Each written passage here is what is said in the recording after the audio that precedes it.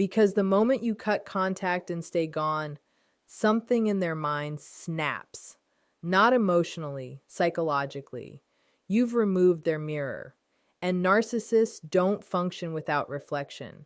They don't move on the way healthy people do. They react, they spiral, they calculate, and what happens next follows a very predictable pattern. If this is resonating, pause for a second, subscribe, because understanding this psychology is how you stay free, not reactive. When long no contact begins, the narcissist does not experience it as loss in the emotional sense most people imagine. There is no healthy grief, no genuine heartbreak, no reflective sadness about what went wrong. What gets triggered instead is something far more destabilizing: loss of control. Control is the core currency of a narcissist's psychology. Attention, reactions, emotional access, even conflict are all forms of supply that confirm their relevance and dominance. When you remove yourself completely and stay silent, you don't just leave the relationship, you collapse the system that kept them regulated. Your absence creates a sudden power vacuum. They can't read you, provoke you, correct the narrative, or extract reassurance from your reactions. That silence becomes an unsolvable problem. In the early phase, their mind searches for familiar levers. They replay past interactions, not to understand feelings, but to locate influence points. This is why no contact feels so jarring to them. They are used to pressing a button and getting a response. Silence offers no feedback. The brain of a narcissist is wired around external validation, so when that feedback loop disappears, anxiety spikes. That anxiety quickly converts into irritation and then into rage, because rage feels more powerful than helplessness. What looks like missing you from the outside is actually frustration at losing access. They don't miss your presence. They miss your availability. They miss knowing they can still affect you. This is why they may test boundaries with indirect actions like watching, asking others about you, or making symbolic gestures meant to provoke curiosity or guilt. Each attempt is a probe, a way to see if control can be reestablished. The longer no contact lasts, the clearer the message becomes. They no longer have authority over your emotional world. That realization is deeply threatening to a narcissistic identity. Without control, their self-image destabilizes because they define themselves through impact on others. Your silence doesn't communicate anger or rejection. It communicates independence. And independence is the one thing a narcissist cannot tolerate, because it proves they are no longer central, no longer necessary, no longer in command. Silence feels like rejection to a narcissist because their sense of self is built almost entirely on external feedback. They do not carry a stable internal identity the way emotionally healthy people do. Instead, they regulate their self-worth through attention, reactions, validation, and emotional engagement from others. When you go no contact and stay silent, that stream abruptly shuts off. To a narcissist, silence is not neutral. It is not peaceful. It is interpreted as dismissal, abandonment, and humiliation all at once. In their mind, being ignored equals being devalued. Even negative attention feels better to them than none, because anger, confrontation, and drama still confirm significance. Silence, however, offers no proof that they matter. There is no emotional echo to orient themselves around. This creates a sharp internal discomfort because they are forced to face something they avoid at all costs: the possibility that they are no longer important in your world. What makes this worse is that narcissists are highly attuned to social hierarchy.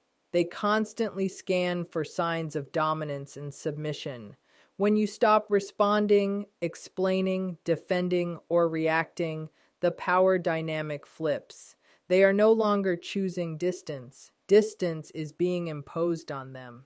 That loss of perceived status is experienced as rejection, even if you never said a word. This is why silence often provokes stronger reactions than confrontation. Arguments still allow them to feel engaged, superior, or influential. Silence removes the battlefield entirely. There is nothing to win, no role to play, no audience to perform for. Internally, this triggers shame, but shame is intolerable for a narcissist. So instead of processing it, they convert it into anger, contempt, or fantasies of retaliation. They may tell themselves you are immature, cruel, or weak for disappearing, but that narrative exists only to protect their ego. Beneath it is a deeper truth they cannot admit. Your silence proves they no longer control access to you. And for a narcissist, rejection is not about losing love, it is about losing relevance. Your lack of response becomes undeniable evidence that their presence is no longer required, and that realization cuts deeper than any insult ever could. After long no contact, narcissists often move through a predictable internal cycle of confusion, rage, and calculation. It doesn't always happen in a clean order, and it doesn't always show on the surface. But psychologically, the pattern is consistent. At first, confusion sets in because silence disrupts expectation. They are used to predictable reactions, even if those reactions are emotional, defensive, or angry. When none arrive, their mind struggles to process the absence of feedback. They keep waiting for the moment you break, reach out, or respond. When that moment doesn't come, uncertainty takes over. That confusion quickly hardens into rage. Rage is not always explosive or obvious. Sometimes it's quiet, cold, and internal. What fuels it is the realization that they no longer control the narrative or your emotional state. They may feel insulted, disrespected, or challenged, even though no direct challenge occurred. The rage exists because silence forces them to confront helplessness, and helplessness is intolerable to their ego. Anger feels more powerful than vulnerability, so their mind chooses it automatically. Once rage stabilizes, calculation begins. This is where the narcissist shifts from emotional reaction to strategic thinking. They start asking themselves how to regain leverage, not how to repair the relationship. They consider different tactics based on what has worked before. Charm, guilt, intimidation, triangulation, or playing the victim all become tools on the table. Every move is measured by one question: will this get a reaction? During this phase, they may appear calm or even indifferent on the outside, but internally they are running scenarios. Should they reach out directly or wait? Should they pretend they've moved on to provoke jealousy? Should they smear you to protect their image? Each option is evaluated for its ability to restore control or at least preserve their sense of superiority. If none of these strategies succeed, frustration deepens. They may retreat temporarily, telling themselves they are done, but this withdrawal is rarely about closure. It is about regrouping. The cycle can repeat if they sense even the smallest opening. Long no contact breaks this cycle not by defeating them, but by starving it. Without feedback, confusion has nowhere to go, rage has no target, and calculation becomes pointless. Ego injury is the real wound that gets exposed after long no contact, and it cuts far deeper than most people realize. A narcissist's ego is not confidence, strength, or self-belief. It is a fragile psychological structure built to protect them from shame. Everything they do, the charm, the control, the manipulation, The image management exists to prevent one unbearable feeling from surfacing, the feeling of being insignificant. When you go silent and stay gone, that protection cracks. No contact sends a message without words. It says, "You no longer define my emotional reality." To a narcissist, this feels like an attack on identity itself. Their self-image depends on being central, influential, unforgettable. When you remove yourself, they experience it as a collapse of status. They are no longer the authority, no longer the one who decides when connection begins or ends. That loss of dominance creates ego injury. Ego injury is not sadness. It is humiliation mixed with helplessness. The narcissist feels exposed, diminished, and replaced. Even if no replacement exists, they begin to obsess over how they are being perceived. Are you happier? Have you forgotten them? Do others see through them now? These thoughts create internal chaos because their value system depends on external validation. Without your attention, their internal balance destabilizes. This injury often produces extreme reactions. Some narcissists lash out aggressively, attempting to reassert superiority through insults, threats, or smear campaigns. Others retreat into cold contempt, convincing themselves you were unworthy or beneath them. This is not indifference. It is psychological self-defense. They must downgrade you in their mind to survive the blow to their ego. What makes ego injury so dangerous for them is that it cannot be repaired internally.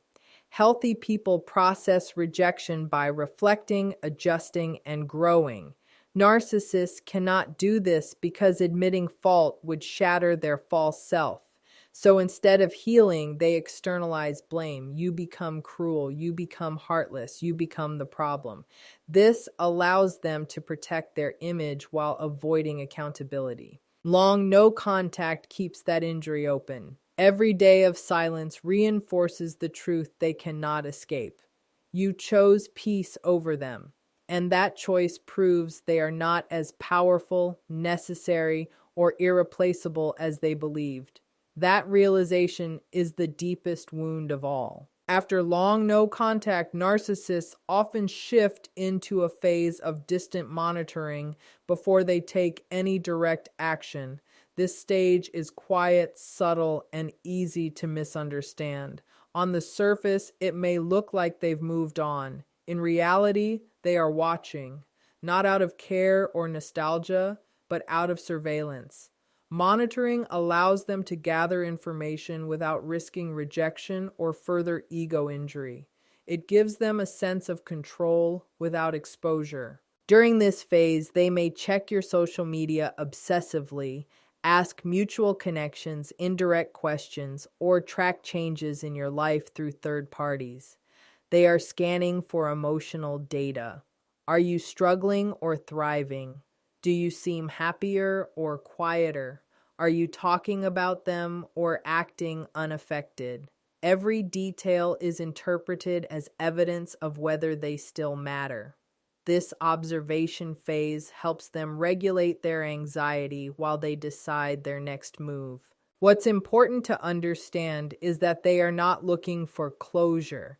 They are looking for leverage. If they sense vulnerability, sadness, or lingering attachment, it reassures them that they still have influence. If they see growth, peace, or indifference, it unsettles them. Indifference is especially threatening because it suggests permanent loss of control. When they see no emotional signal, it forces them to confront the possibility that they are no longer relevant. This is why they often delay reaching out. Acting too soon risks confirmation that they've been replaced or forgotten. Waiting allows them to build a narrative in their head. They may tell themselves you are pretending to be fine, or that you'll eventually break. These assumptions help them preserve superiority while they observe from a safe distance. Monitoring also serves another function, protecting their image. By staying quiet, they can later claim they were the one who disengaged, that they were unbothered, or that they chose distance for their own reasons. This narrative matters deeply to them, especially in social environments where reputation equals power. If they eventually act, it is usually calculated, not emotional. The move is based on what they think will produce the strongest reaction with the least risk. Long no contact disrupts this phase by offering no data. When there is nothing to observe, no emotional trail to follow, their monitoring becomes pointless. And when observation fails, control slips further away, leaving them frustrated, uncertain, and exposed. As time passes and no contact remains unbroken, hoovering attempts don't disappear, they evolve. Early attempts are often impulsive and obvious, driven by panic or irritation.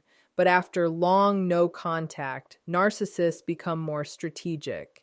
They learn that direct approaches may fail, so they adjust tactics to bypass your defenses without triggering immediate rejection. This is where their behavior can feel confusing, subtle, and even harmless on the surface. Strategic hoovering is designed to look low risk. Instead of emotional declarations, you may see neutral messages, practical questions, or accidental encounters.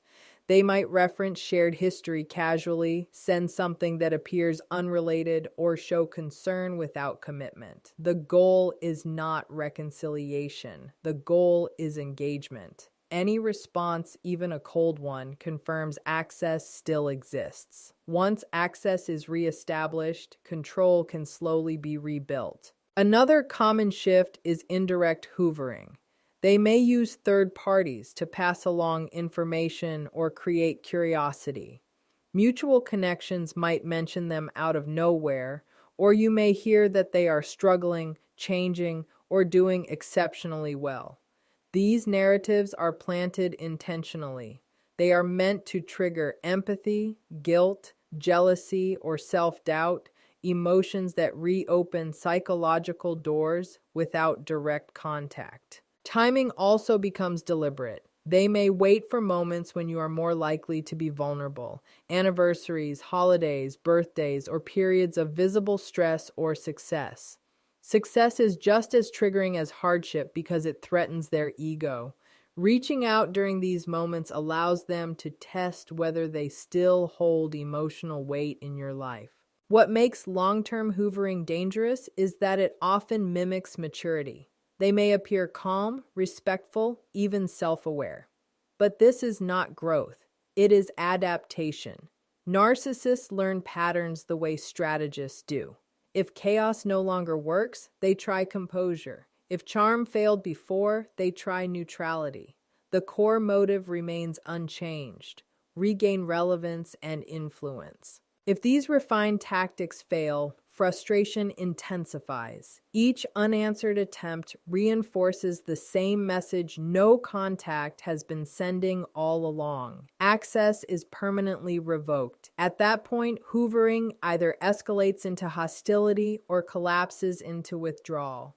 Long no contact is effective not because it changes them, but because it removes every incentive. When strategy yields no reward, even the most calculated attempts eventually lose momentum. When narcissists can no longer regain control after long no contact, they don't sit with the truth of what happened. They rewrite the story. This is not lying in the casual sense. It is psychological survival. Their mind cannot tolerate a narrative where they were rejected, powerless, or responsible for the collapse, so reality is edited until it no longer threatens